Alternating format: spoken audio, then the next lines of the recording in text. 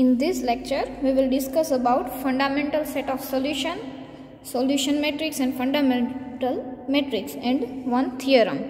So, first let us start with our definition, fundamental set of solution.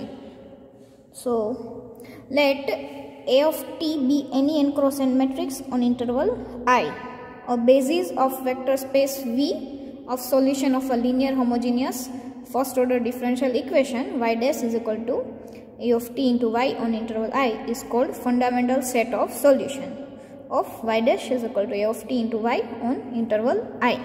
तो આપણે fundamental set કોને કહેશું? તો આપણી જે હોમોજીનિયસ ફર્સ્ટ ઓર્ડર ડિફરન્શિયલ ઇક્વેશનની સિસ્ટમ છે y dash is equal to A of t into y, એના આપણે બધા સોલ્યુશનને કન્સિડર કર્યા હતા, એને એક સેટ વી માં નાખ્યા હતા અને એ સેટ વી છે એ વેક્ટર સ્પેસ થાય છે એવું આપણે પ્રૂવ કર્યું હતું. તો અને એનો જે આપણને એ વેક્ટર સ્પેસ વીનો જે બેઝિસ મળે છે એ બેઝિસ આપણો ફંડામેન્ટલ સેટ ઓફ સોલ્યુશન થશે. તો ફંડામેન્ટલ સેટ ઓફ સોલ્યુશન અને કઈ તો કે આ પ્રોબ્લેમ માટે. તો ફંડામેન્ટલ સેટ થઈ ગયો. હવે સોલ્યુશન મેટ્રિક્સ અને ફંડામેન્ટલ મેટ્રિક્સ. તો પહેલા સોલ્યુશન મેટ્રિક્સ કોને કહેવાય?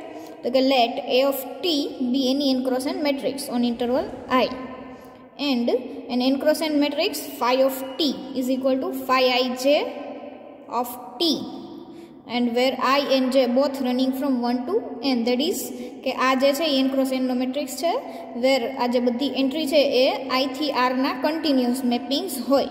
તો આ મેટ્રિક્સ છે ને આપણે સોલ્યુશન મેટ્રિક્સ કેનું કહેવાનું? કોનું? તો કે આ પ્રોબ્લેમ આપણી જે first order linear homogeneous differential equation વાળી સિસ્ટમ છે એ જ. શું? તો કે y dash is equal to A of t into y. આ પ્રોબ્લેમનું solution matrix phi of t ક્યારે? તો કે જેની બધી એન્ટ્રી છે એ આપણને કન્ટિન્યુઅસ મળતી હોય I થી R ની. તો હવે સોલ્યુશન મેટ્રિક્સ થઈ ગયું, ફંડામેન્ટલ સેટ થઈ ગયો અને હવે બાકી રહ્યું ફંડામેન્ટલ મેટ્રિક્સ. હવે અહીંયા ફંડામેન્ટલ સેટ અને ફંડામેન્ટલ મેટ્રિક્સ વચ્ચે ફરક છે. ફંડામેન્ટલ સેટ કોને કહેવાનું છે? તો કે સોલ્યુશન સ્પેસ વી હતી એની બેઝિસ છે એ આપણું ફંડામેન્ટલ સેટ છે. પણ જો ફંડામેન્ટલ મેટ્રિક્સ ક્યારે? તો કે આ જે સોલ્યુશન મેટ્રિક્સ છે ને એની બધી જ કોલમ લિનિયરલી ઇન્ડિપેન્ડન્ટ થઈ જાય ને તો એ મેટ્રિકને ફંડામેન્ટલ મેટ્રિક્સ કહેવાનું છે. સો a solution matrix phi of t of y dash is equal to A of t into y on interval I is called fundamental matrix if all columns of phi of t are linearly independent on I.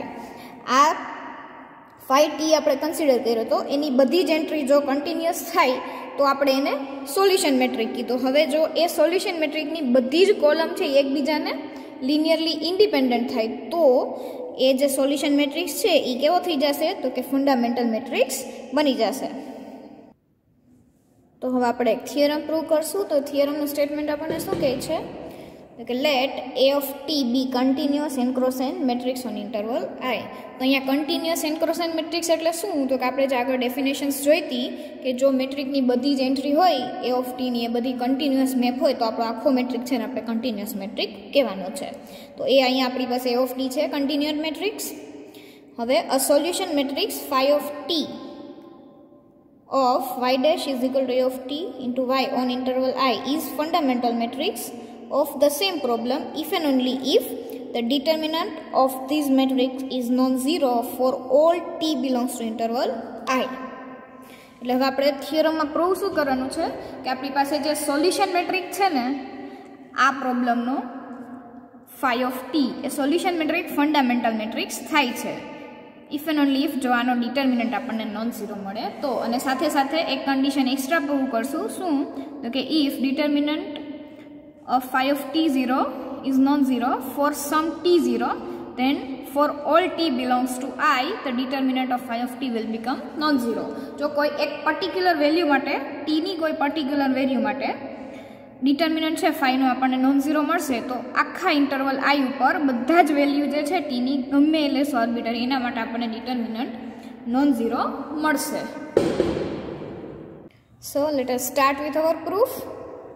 તો પ્રૂફમાં આપણે શું કરશું? પહેલાં કે phi of t છે એ fundamental matrix છે એવું suppose કરશું અને ડિટર્મિનન્ટને નોન ઝીરો બતાવશું.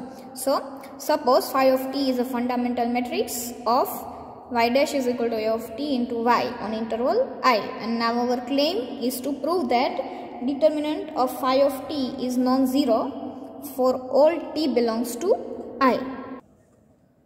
Now let t0 belongs to I. હવે આપણે ઇન્ટરવલ I માંથી એક t0 લીધો છે અને ફિક્સ રાખ્યો છે અને two prove determinant of phi of t0 is non-zero. આપણે આર્બિટરી t માટે four all t belongs to I માટે આપણો ક્લેમ છે એ પ્રૂવ કરવો છે, પણ અત્યારે આપણે એક ફિક્સ કરીએ છીએ t0 અને એના માટે ડિટર્મિનન્ટ non-zero મળે છે એવું પ્રૂવ કરીએ છીએ.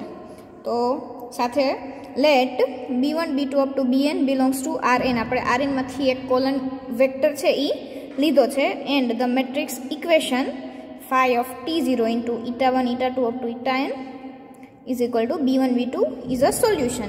આવું આપણે લેટ કર્યું છે. આપણી પાસે જે a of t into y is equal to y dash હોય એ પ્રમાણે આપણું એક મેટ્રિક્સ ઇક્વેશન લીધું છે અને આ જે છે એ આવું સોલ્યુશન છે. અત્યારે આપણે એટલું કન્સિડર કર્યું.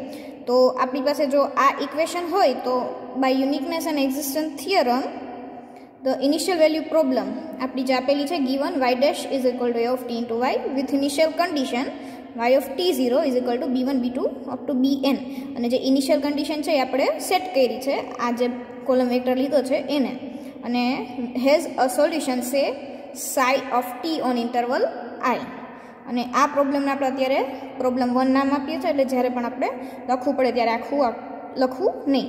અને યુનિકનેસ અને એક્ઝિસ્ટન્સ થિયરમ આપણને શું આપશે ગેરંટી કે આ જે પ્રોબ્લેમ છે ઇનિશિયલ વેલ્યુ પ્રોબ્લેમ એને એક ઇન્ટરવલ I ઉપર મળશે અને એ સોલ્યુશન છે એને psi of t આપણે નામ આપીએ છીએ.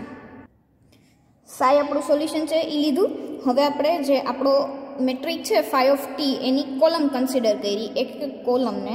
તો એક કોલમ કેવી દેખાતી હશે તો કે phi1 of t, phi2t, phi_nt આપણે આને કન્સિડર કરી છે, કોલમને આપણે ખાલી નામ આપ્યા છે.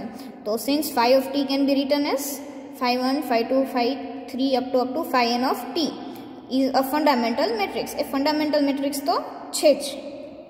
સો ફોર કોના માટે ફંડામેન્ટલ મેટ્રિક્સ છે તો કે initial value problem y dash is equal to a of t into y on interval I અને psi of t છે એનું સોલ્યુશન છે.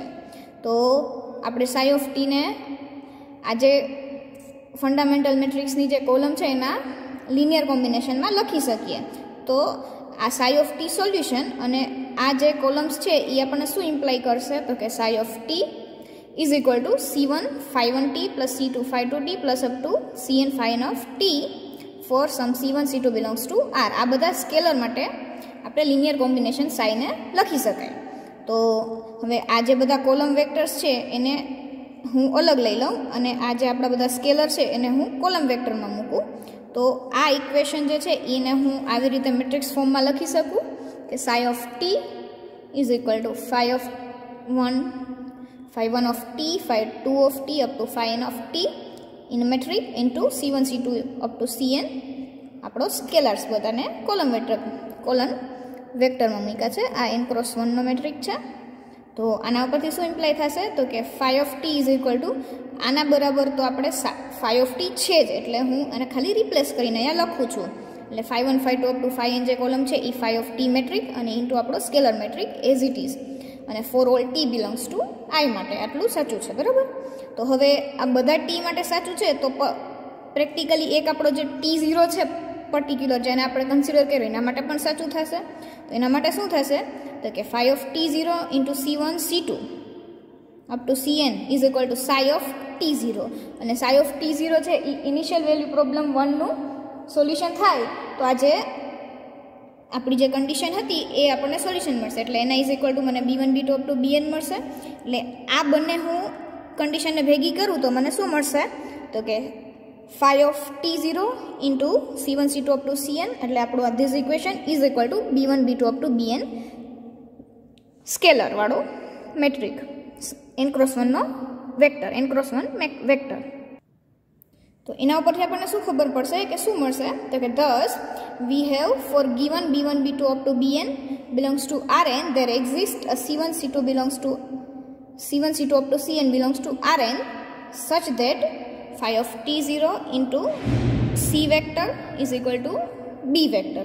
that is કે આપણે જે લેટ કર્યો તો b વાળો વેક્ટર Rn માંથી એના માટે આપણને C1 C2 up to Cn વાળો એક વેક્ટર એક્ઝિસ્ટ કરશે કે જે આ કન્ડિશનને ફોલો કરશે. સો ઇન પર્ટિક્યુલર હવે આપણે જે આ C1 C2 up to Cn મળે છે એની અંદર આપણે થોડોક ચેન્જ કરીએ છીએ. In particular for jth entry 0 0 1 up to 0 કે 1 છે એ jth એન્ટ્રી છે અને બાકીની બધી જે n-1 એન્ટ્રી બચશે એ બધી 0 આવું આપણે કન્સિડર કરીએ છીએ. તો ધેર એક્ઝિસ્ટ Cj એટલે એને હું એક નામ આપું છું Cj કોલમ વેક્ટર કે C1j C2j up to Cnj મળતો હોય તો એમાં જે એક વેલ્યુ છે એ આપણને 1 બાકીની બધી non zero four all j running from 1 to n such that phi of t0 into C1 C2 C1j C2j up to Cnj એટલે આ જે C1 વેક્ટર છે એને આપણે j સાથે રિમેઇન કરી અને જે b1 b2 up to bn મળે છે ત્યાં આપણને 1 મળશે. આ જે આપણો b છે એની અંદર આપણે ચેન્જ કરી અને આપણને અહીંયા 1 મળ્યો. બરાબર. કેના માટે તો કે for all j belongs to જે running from 1 to up to n માટે. હવે આ જે બધા આપણને અલગ અલગ વેક્ટર્સ મળશે હું C1 કન્સિડર કરીશ તો અહીંયા મને શું મળશે તો કે પહેલી એન્ટ્રી 1 અને બાકીની બધી 0. હવે C2 કન્સિડર કરીશ તો સેકન્ડ એન્ટ્રી 1 અને બાકી બધી 0. એવી રીતે જે બધા જ આપણને વેક્ટર્સ મળશે એનું આપણે એક મેટ્રિકમાં મૂકીએ અને એને નામ આપીએ છીએ C.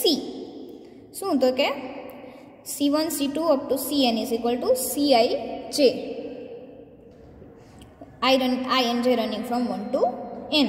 તો હું અહીંયા જે આપણો C હતો એને હવે હું બધા જ કોલમવાળો મેટ્રિકમાં એટલે કે આવી રીતે લખું છું એટલે મને શું મળશે phi of t0 into C is equal to અને આ બાજુ તો આપણને જે b મળતો હતો એ તો હવે એક અલગ અલગ વેક્ટર બની જશે આઈડેન્ટિટી મેટ્રિક્સ થઈ જશે C1 C2 up to Cn થઈને એટલે અહીંયા મને આઈડેન્ટિટી મેટ્રિક્સ મળશે n ક્રોસ n ઓર્ડરનો. તો હવે આનો હું ડિટર્મિનન્ટ ફાઇન્ડ કરું તો મને શું મળશે કે તો કે determinant of phi of t0 into C is equal to determinant of I that is identity matrix of order n cross n. તો ડિટર્મિનન્ટનો રૂલ છે કે મલ્ટિપ્લિકેશનમાં હોય ત્યારે ડિટર્મિનન્ટ આપણે આવી રીતે ઇન્ડિવિજ્યુઅલી આપી શકીએ એટલે that is determinant of phi of t0 into determinant of C is equal two determinant of I. અને આપણને ખબર છે કે આઈડેન્ટિટી મેટ્રિક્સનો ડિટર્મિનન્ટ આપણને ઓલવેઝ 1 મળશે એટલે આપણે અહીંયા 1 લખ્યું. તો આના ઉપરથી શું થશે કે determinant of t0 is non zero for some t0 belongs to I. એટલે આ વાત જે છે એ એવું ઇમ્પ્લાય કરે છે કે determinant of phi of t0 છે is non zero for some t0 belongs to I માટે. Since our t0 belongs to I is arbitrary આપણે કોઈ એક પર્ટિક્યુલર t0 માટે વાત કરી હતી તો હવે તો આપણને શું મળતું કે determinant of phi of t0 is non zero. તો એના ઉપરથી આપણને આર્બિટરી હતો એટલે બધા જ t માટે ડિટર્મિનન્ટ નોન ઝીરો મળશે તો આપણે એને ઇન જનરલ આવી રીતે લખી શકીએ કે determinant of phi of t is non zero four all t belongs to I. That is our one claim is proved. પછી હવે આપણી પાસે જે થિયરમમાં સાથે બીજી કન્ડિશન હતી કે if determinant of phi of t0 non zero હોય ફોર સમ દેન આ કોઈ પણ t બિલોંગ્સ ટુ I માટે ડિટર્મિનન્ટ મને નોન ઝીરો મળશે. તો એ વાતને પ્રૂવ કરીએ. હવે suppose determinant of phi of t0 is non-zero for some t0 belongs to I and then claim is to prove that determinant of phi of t is non-zero for all t belongs to I. So it is enough to prove that phi 1 phi 2 up to phi n of t are linearly independent. કે જો મેટ્રિકની બધી જ column જે છે એ એકબીજાથી linearly independent હશે તો આપણને ડિટર્મિનન્ટ નોન ઝીરો જ મળશે. તો ડિટર્મિનન્ટ નોન ઝીરો પ્રૂવ કરવા માટે આપણે એ યુઝ કરીએ છીએ એટલે આપણે આ બધાને લિનિયરલી ઇન્ડિપેન્ડન્ટ બતાવશું. તો લિનિયરલી ઇન્ડિપેન્ડન્ટ બતાવવા માટે આપણે લિનિયર કોમ્બિનેશન છે એ કન્સિડર કર્યું. શું તો કે C1 phi 1 t0 plus C2 phi 2 t0 up to Cn phi n at t0 is equal to 0. તો આને આપણે આગળ લખ્યું તો એ જ રીતે મેટ્રિક્સ ફોર્મમાં લખ્યું. આ બધા જે phi 1 વાળા કોલમ વેક્ટર અલગ અને C1 C2 સ્કેલરને અલગ અને is equal two 0 that is our 0 vector of n cross 1. તો આ જે phi n of t0 up to phi n of t0 જે કોલમ છે એ તો આખો એક phi of t0 મેટ્રિક બતાવે છે એટલે આપણે આને ખાલી લખીએ છીએ કોલમમાંથી મેટ્રિક ફોર્મમાં એટલે phi of t0 into this vector is equal two 0 vector. તો તો આના ઉપરથી શું ઇમ્પ્લાય થશે તો કે C1 C2 up to Cn is equal two 0 0 0 vector. That is અને આવું શું કામ થશે કે આપણી હાઇપોથિસિસ છે આપણી પાસે એ આપણને શું કહે છે કે phi ઓફ t0 છે એ નોન ઝીરો છે, એટલે એ નોન ઝીરો છે ડિટર્મિનન્ટ, એટલે એ ઇન્વર્ટિબલ થશે. દેટ ઇઝ આપણને આની વેલ્યુ છે એ 0 મળશે. તો એના ઉપરથી ઓલ ci બધા જ ci ની વેલ્યુ છે i ફ્રોમ 1 ટુ n એ શું મળશે મને 0. એટલે આ બધું જ 0 થઈ ગયા. દેટ ઇઝ આ બધા વેક્ટર જે છે કોલમ વેક્ટર એ કેવા થશે કે લિનિયરલી ઇન્ડિપેન્ડન્ટ. તો હવે આપણે એક t0 માટે વાત કરી, બરાબર. તો હવે આપણે ઇન જનરલ t માટે પ્રૂવ કરશું.